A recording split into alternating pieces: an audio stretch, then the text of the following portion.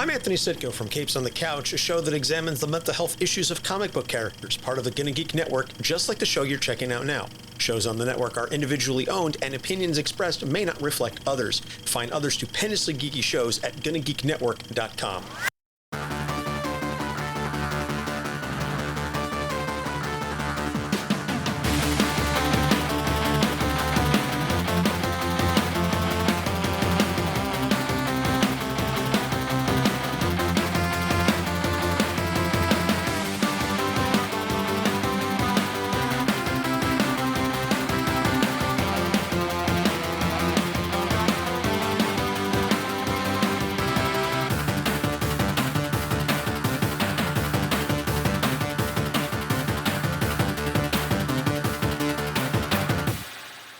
And welcome to Play Comics, where we're looking at a video game based on a comic property and how well it represents that source material. And today we're here to shed some light on some things, but that's probably a really bad idea because we're looking at the darkness. And today there's no way I could have done this by myself. So I have Sarah of Mars here to help me figure out what is going on with the darkness because I assumed it went with the band, and I'm now learning that that is not true at all. Sarah, how are you today? I'm good, Chris. Thank you so much for having me on. I'm so excited to talk about this just like absolute representation of the 90s that is in front of us here. Because that's the only way I can really describe this when I talk to people. First thing I say is it's very 90s. What was it that sucked you into the darkness in the first place? So, funny thing was I was actually thinking about that recently, and I think it was finding the comic book adaptation of the game at like a local comic book store in like the $1 bin for comics. And I didn't know what it was. I picked it up. I started reading it. I was just so engrossed by the art, and the weird like tentacleness of the darkness itself was just so weird to me. And at the end of the comic, it said, "Oh, you've read the book, now play the game." And I was like 12 or 13, and I was like, "There's a game?"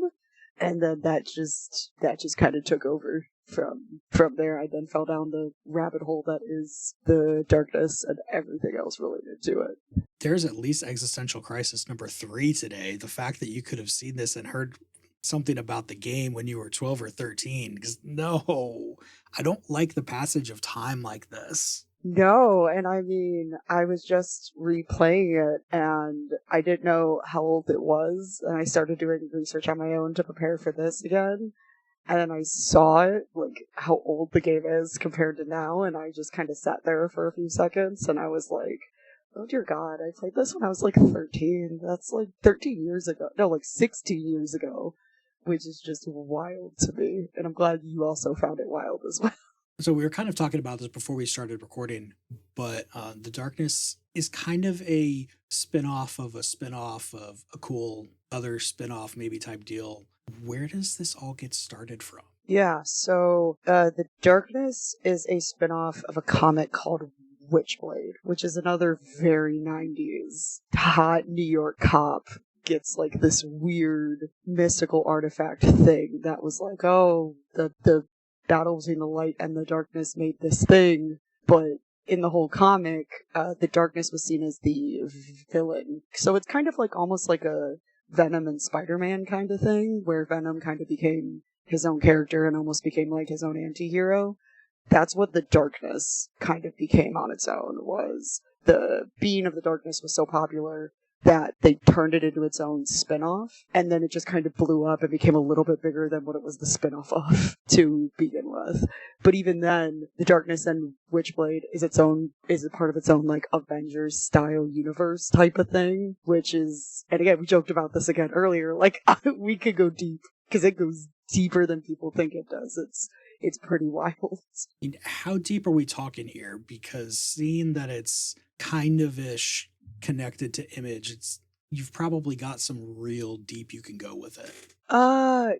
Deep as in one of the main villains of the Darkness is Batman, which I don't know if you got to, or if you knew anything about, but that is canon. I heard people mentioning it. I assumed it was like the Spawn Batman, where it's cool in its own story and that's it.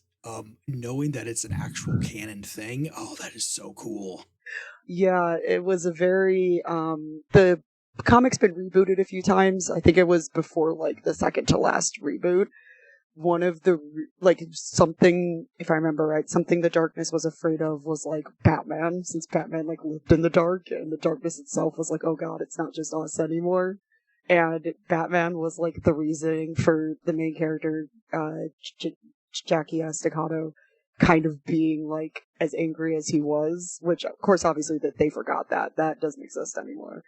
But it's so 90s that you can say that and like no one bats an eye about it. Everyone's just like, okay, like that's fine, that makes total sense. And that's what's so fun about it, is because it was based off of, or like an offshoot of Image.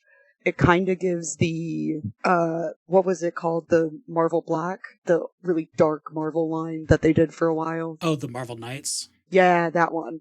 It kind of gives that vibes to where it's like, oh, this is maybe what like DC couldn't do, or like they didn't want to do, because this was just a little bit darker than what they wanted. But I mean, other than like Batman, in the mid 2000s, there was an Avengers style comic that brought the Darkness, Witchblade, and I think 6 or 7 like C tier properties that Top Cow had together, and it was called Artifact.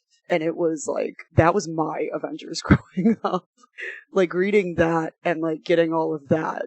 It's, which I'm kind of sad we're not talking about the Darkness 2 today, because that goes into some of that, and we never got a sequel to that either. So happy memories and sad memories today, I guess, is what's coming up here. And having a character where, like, I mean, we mentioned Jackie, and that's cool, he's in there with everything, but knowing that the darkness is more about, for lack of a better word, the symbiote aspect of it, that knowing that can get passed along to other people and it's just not a big deal.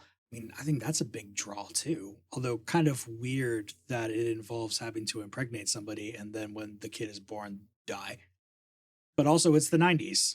Yeah, and I mean, I think part of that is what makes the book so 90s, is it tries so hard to be edgy in like the edgiest ways possible, that's where that kind of like, oh, we'll just leave that in the 90s kind of joking comes from, because God forbid you make that now. And it definitely wouldn't really like, I mean, it would definitely be interesting, but I think the fact that when the book came out, Marvel and DC was like really making it big, and then you have this like weird kind of like you brought up, like symbiote venom style book coming out, where it's like, oh, people get this, but once they impregnate someone, they just die.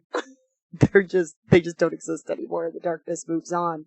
But I will say, I do think that's one of the backgrounds that I'm kind of glad the game left behind almost. I mean, obviously we'll get there when we get there, but it's just like, yeah, looking back on it now, it's like funny, interesting, but it's also like edginess for edginess sake, I guess. Definitely one of those things that me and you, having lived through that era, we can appreciate how ridiculous it is.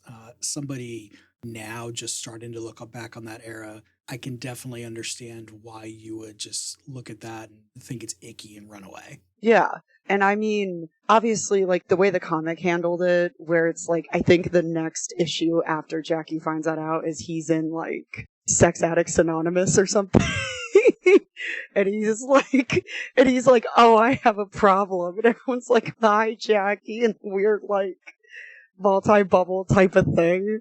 It's like, yeah, obviously that can't be done now, but it's like reading it now it's just like, I can't believe they got away with this, with people just finding this like as interesting as they did back then. Like, it's so wild for me. And I actually reread the first couple volumes for this as well. And I just kind of just had to put my head in my hands a few times, and I'm just like, they got away with this? Like, this is something that people like, they're like, all right, cool, we're just gonna have a whole issue about this. I really need to go back and dig into the actual comics more. I mean, I looked at a few things, but it was like random ass issues, a little bit all over the place, just kind of get a feel for how the comics went. Most of my stuff had to be looking at people talking about it on YouTube videos, which, not the best way to do it, but also I did not feel like hitting the high seas to get my hand on some Darkness comics. and my local store didn't have anything except for the recently rebooted one, and I just didn't want to get into that being newer than this. I didn't want to confuse anything. But this is definitely one that I'm going to go back and check out. I might not read it at lunch, but I mean, it wouldn't be the worst thing I've tried to read at lunch. No, and I mean, I said it once and I'll say it again. It's edgy for edginess sake. Like, it's a very violent comic, and it's violent to be violent. Like, there's literally no reasoning behind the violence. And, like, obviously back then, yeah, the bigger publishers didn't do that. So it was cool to see a book not really, like, restrict any of its punches. And especially having an ability like what the darkness is, you kind of have to be violent with it. If you're not, it just seems really weird.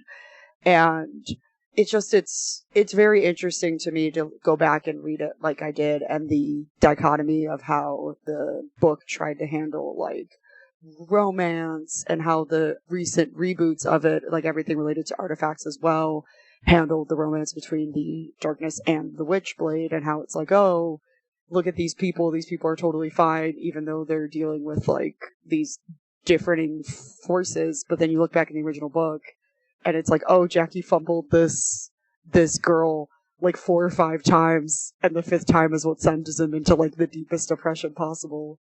And it's like, it's so weird to describe it, or also just saying it out loud, almost. It's like, oh yeah, this was a book. This happened. This existed. It's wild for me to say it out loud. I mean, not any weirder than this girl got sent into the hell dimension and she was 8 when she went, but then she came out and she was 18, but then later she got to be 8 again, and there's a sword made out of her psychic essence powers.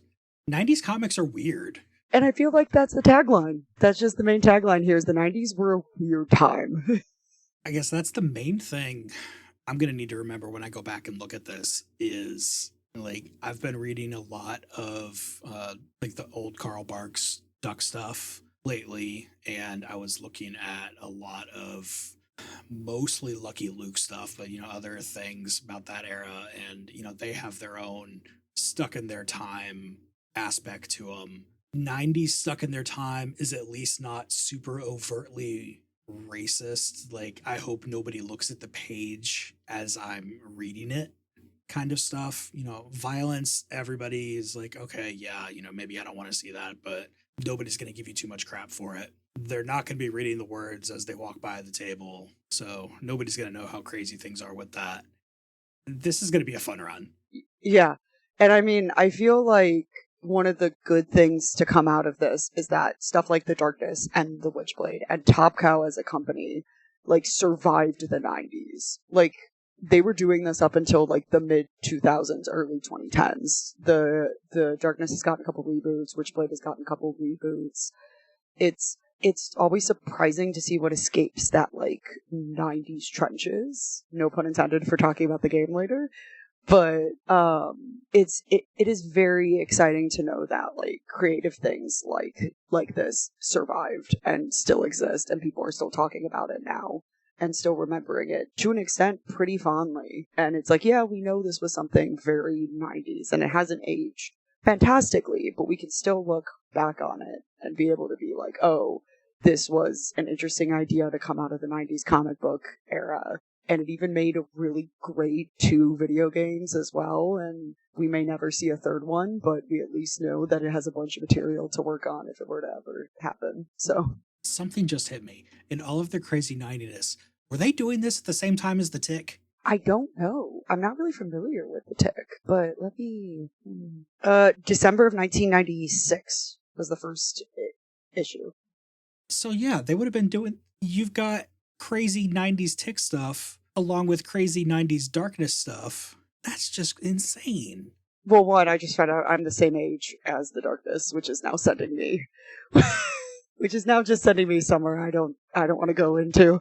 I would just call myself old to an extent. But you also have to look at, like, the people behind the Darkness when it first came out as well. You had Garth Ennis was the original writer and one of the creators on it, which, like, I know him from, like, my love of, like, Hellblazer and, like, Constantine, and just knowing, like, he did one of my other favorite comics of all time. It's And yet no one ever really talks about the darkness when they talk about Ennis, which is just crazy to me that that's the one series that's forgotten. Yeah, Ennis and Mark Silvestri art. I mean, that's how much more 90s can you get? David Wall on there as well. I mean, you are very, very 90s here in, I think, all of the best ways. Oh yeah, and it's like I've met Mark Silvestri at a couple Comic Cons that I've gone to, and his love for the darkness even now is like so breath of fresh airy to me, because it's such an indie book to me that like I've talked to people and they have no idea what I'm talking about, or I talk to them and they only know about the game and not the book that it's based off of. But the couple times that I've met Mark and I've talked to him about it, he looks back so fondly on it, and he just loves the work that he did on it. And it feels really good to know that like, oh, one of the creators of this thing still cares and still loves about this thing and hasn't just forgotten that it existed, or like is a one-off line in the work that they've done. Well, on that note, we're going to pretend that I managed to think of some punny way to bring the Darkness Band into this segue as I drop some promos for a few other shows.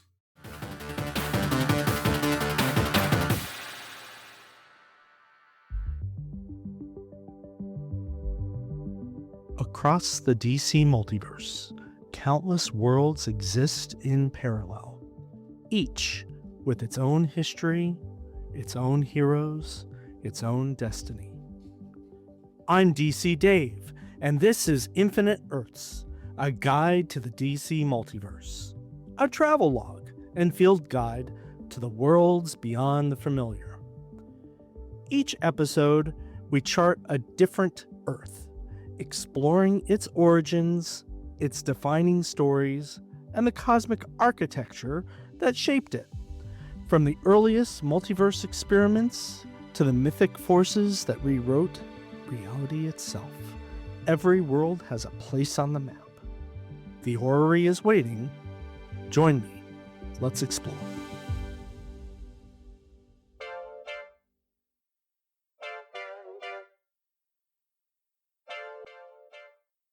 Hi, and welcome to Gender Pop. I'm your host Carly, but don't worry, it won't just be me. A roster of beautiful people will be joining me throughout the season to discuss their relationship to gender through the lens of pop culture. If you want to hear passionate and honest and thoughtful conversations that explores our journey with the concept of gender by examining the art and media we consume, then this is the podcast for you. I do hope that you will check it out. Please subscribe and follow as new episodes are released every Tuesday. Thank you, and I really look forward to embarking on this with you. Gender Pop is completely free and available wherever you like to listen.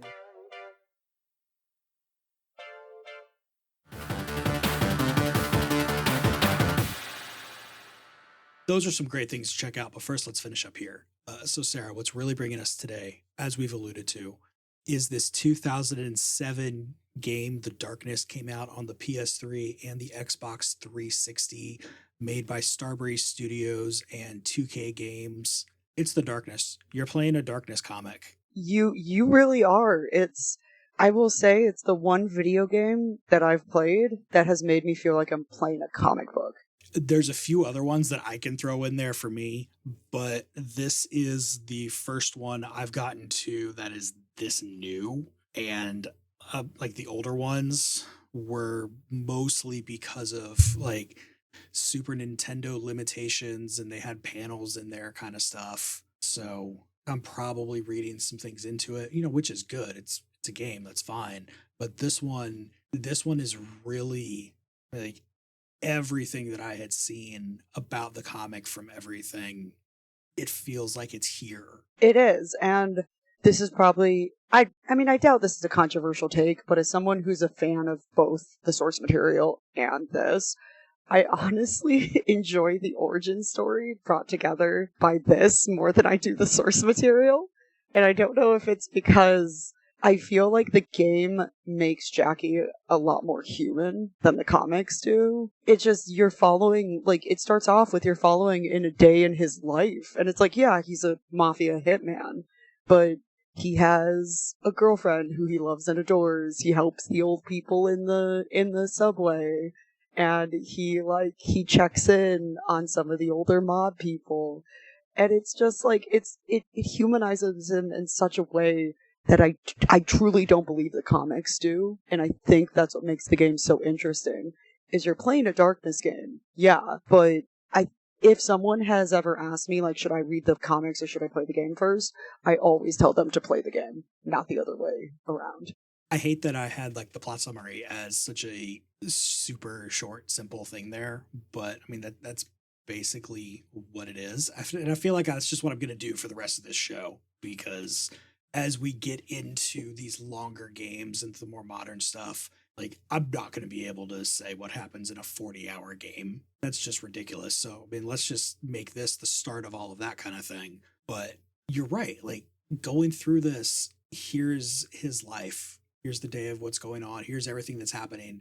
Going through, seeing him actually do this stuff, not just having all of those action moments of everything. I really like seeing multiple aspects of Jackie here, despite the first-person shooter aspect of it, because I still can't get into those because I'm an old man and just can't do it. No, and I mean, it is definitely clunky. Like, obviously the game's like so many years old now, but going back and playing it, I played it on an Xbox Series X. So it had what the console does, which is, it boosts up older games.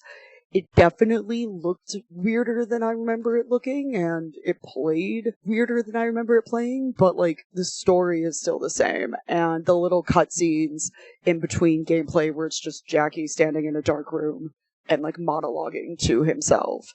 But, like, you hear emotion in his voice. He's not some, like, mid-2000s shooter protagonist who's just all gruff and doesn't talk or anything. He's actively in there. He is actively talking about his life, about what is going on.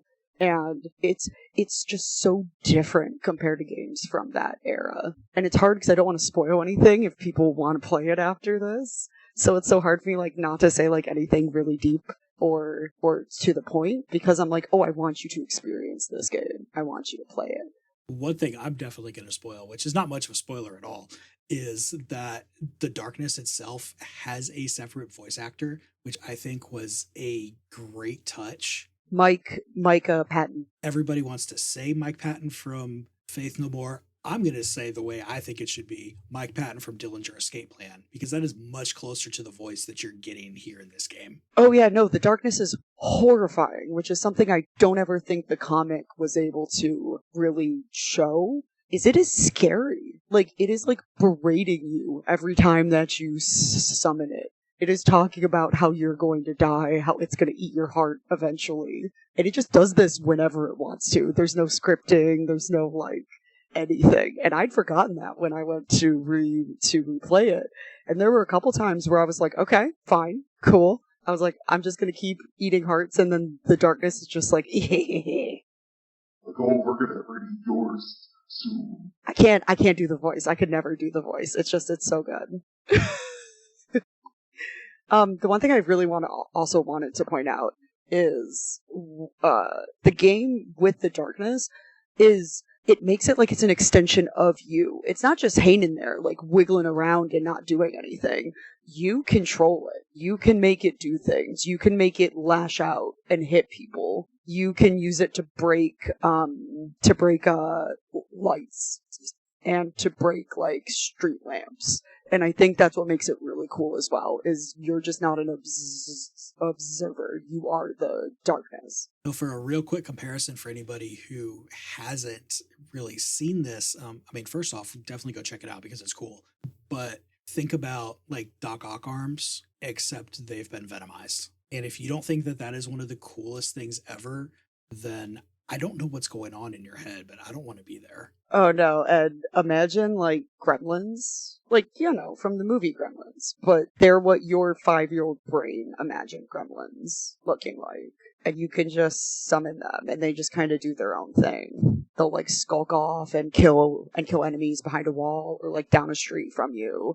And then they'll make, like, the craziest dialogue that you've ever heard come out of nowhere. I can't even repeat some of it since this is a PG-13 show.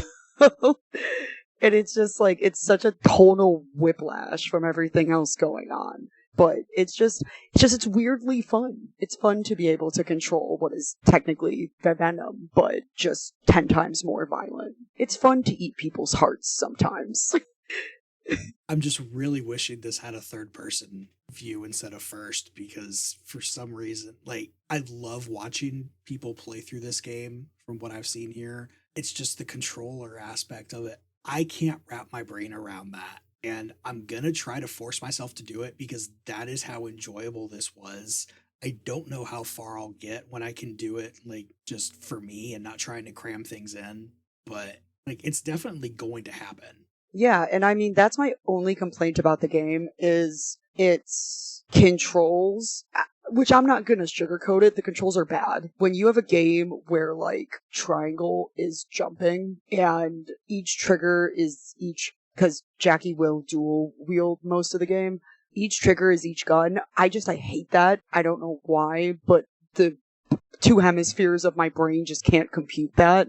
So I would forget to use the left trigger all the time and just be like, oh wait, I have a second gun. And it's like, I don't know what it is. I don't know their choices behind it, but I feel like that would be the major turnoff for a lot of people, I think, is the controls of it. So I just want to warn you ahead of time before you give it a shot. I mean, at the same time, for everybody else, this is a game from 2007. You know, they didn't exactly have everything super figured out then. At least you don't have Resident Evil tank controls. No, but you also have to remember this is the same studio that did the Chronicles of Riddick games, if you remember those, or if you've heard of those, which are considered some of the best movie tie-in games of all time. So it's like, yeah, it's cool to see them handle another property, but it's like, can we please get it where X is jump and circle is picking things up like a normal video game?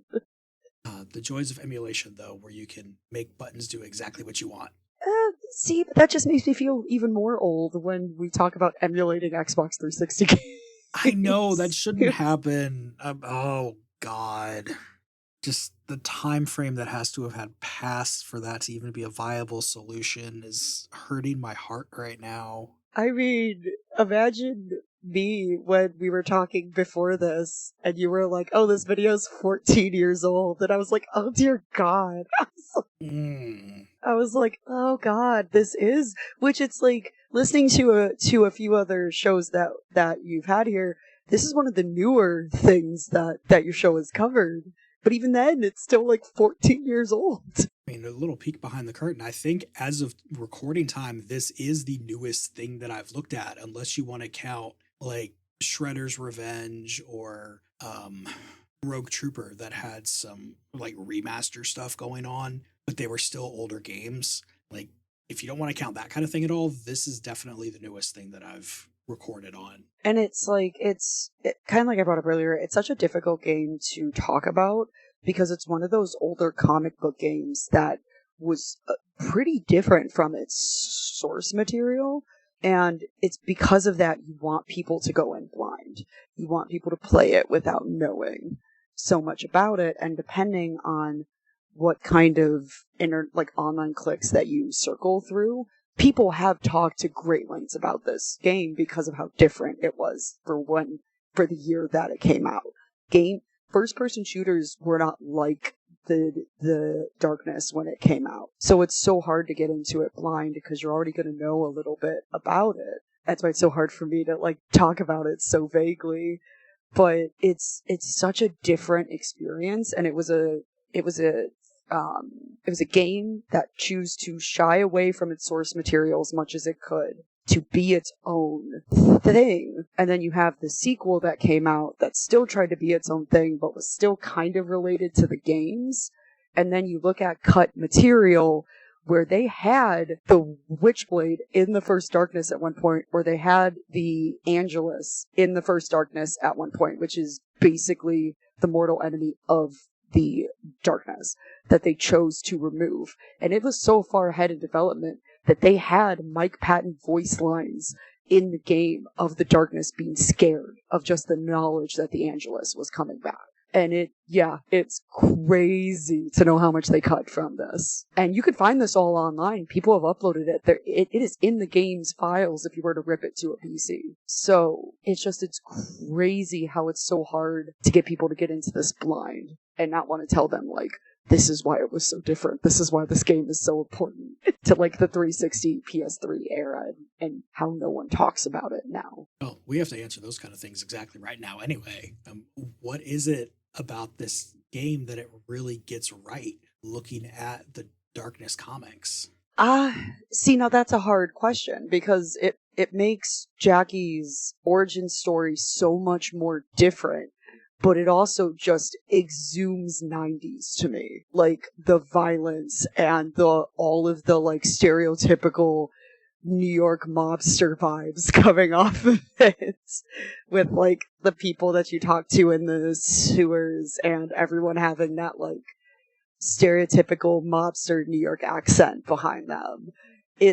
I think what it gets that's so close is the feeling of what the original comic had without needing to be word for word the original comic, if that makes sense. Like, it's so hard to describe it. No, it definitely does. I feel like this one, it's almost like they wanted it to be a different person that the Darkness was attached to, and then realized, oh, we should maybe use the guy that people know, but we've already made all this other stuff, so we're just going to keep using it anyway. And I would argue that their version of Jackie is way more interesting than the original comic books. I think they did him the best they could into making him an actual human being and not a comic book character. And the funny thing is, I feel like fans of the Darkness wouldn't argue against that either. They made him such an interesting dude. And a dude that you generally care about, that when all the stuff to him happens, you feel bad. You're like, oh my god, like this poor dude. his 21st birthday sucks. What do you think this one gets wrong about the Darkness? And I mean, not different, just flat out wrong. Oh, now that one's a lot harder. I was actually thinking about this question all day as I was catching up on it. I feel like it almost gets the raw 90s edginess. Because the comics had that raw, almost teenage boy edginess to it, while the game has this almost like 90s grungy goth edginess to it. I feel like the comics is more masculinity inspired, really like male oriented edginess, while the game has that more emotional, tonal, gothic, violent edginess to it. Really finding an answer for this one is one of the things that I'm excited about going back and looking for when I can spend more time with it. Because I can't really throw out a good answer for this one at all. It's hard. It's hard, especially when it's so different from the source material, but it's also not. If you had somebody who wanted to get into the Darkness, what is it about this game that would make you tell them to start here rather than reading the comics? I think there's a couple of answers to that question, and I think the main one is Jackie Estacado as a character in the game. He's a lot more easier to connect with, he's a lot more human, and he's a lot more sympathetic than he is in the comics, at least at the beginning. You care about him and you want to see him be with his girlfriend, you want to see him just live his life. And then all of this bad stuff happens to him. And I think the other answer to that question is more of like in the era that this game came out in kind of question. It came out in an era where games were just cookie cutter, like first person shooters were just coming, and every black, gray color palette shooter was coming out that you couldn't distinguish them. But then the Darkness comes out, and while it masquerades itself as that black, gray, tonal, first-person shooter, violent, edgy game, you actually play it, and you've got this, like, living, breathing version of New York, and these people that live in it, and this story about a guy who just wants to get through his 21st birthday. And it's way different than any other shooter that came out in that era, because it does things so differently, and it takes so much risk, that the fact it's been overlooked for so long, I think is a clear reason why you need to actually play it. And then I would say pick up the comics afterwards, with the full knowledge of how different it is. And honestly, I think that's probably what I'll end up doing myself, partly just to see how good your advice is, mostly because it's going to be easier for me to get my hands on the game than it is going to be to get my hands on the comics. Yeah, I mean, if people want to start reading the comics, I think Image has released omnibuses of them. I actually have a few on one of my shelves back here.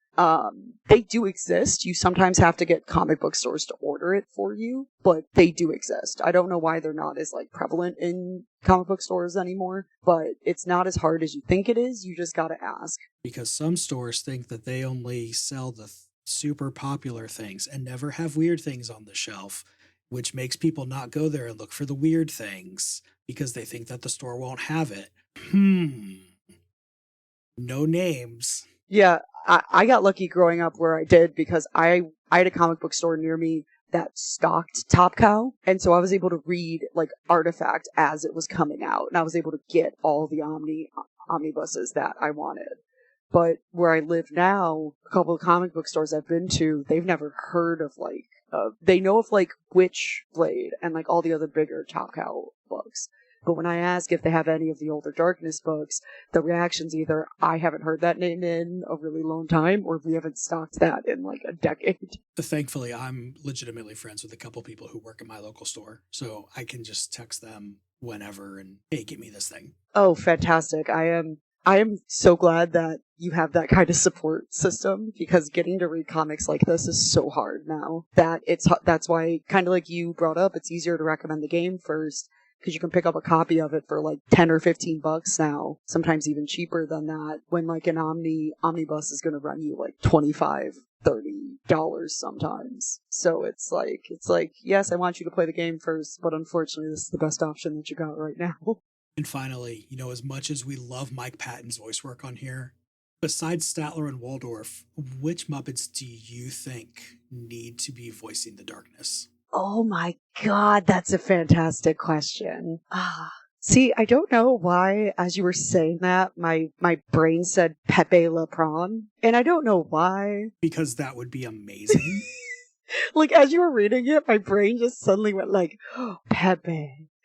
Which is like, it's not like he has a deep voice or anything, but like, he would kind of fit that like flirty personality that comic Jackie has, that like video game Jackie doesn't have.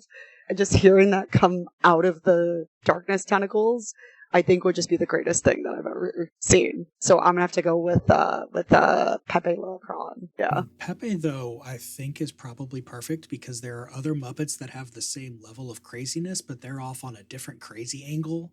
Pepe has the slightly violent crazy angle and can actually handle the voice work, unlike, Crazy Harry or New Zealand. Yeah, plus it's like, I kind of want to see that, I kind of want to have that modded now. Like, I want someone to mod the like emulation version of the darkness now. So whenever the darkness opens its mouth, it's not the docile, soothing tones of Mike Patton yelling at you. It's Pepe Le Prawn yelling at you. Well, Sarah, it has been great talking to you about all of this. If people want to hear more from you, where else can they find you around the internet? I am on Blue Sky at Sarah of Mars, all one word. I do have a blog that I haven't really updated in a while, but I'm planning on doing so soon. You can also catch me on the official SDGC podcast sometimes. But other than that, I'm just kind of around. Thank you for having me, Chris. It's been fantastic talking about one of my favorite games and my favorite comic of all time. I'm glad I got somebody so excited about it because, I probably would have decided that I needed to dig deeper into this no matter who I would have recorded with. But that's a probably. And after talking to you about it, it is oh crap, definitely I'm going to do it.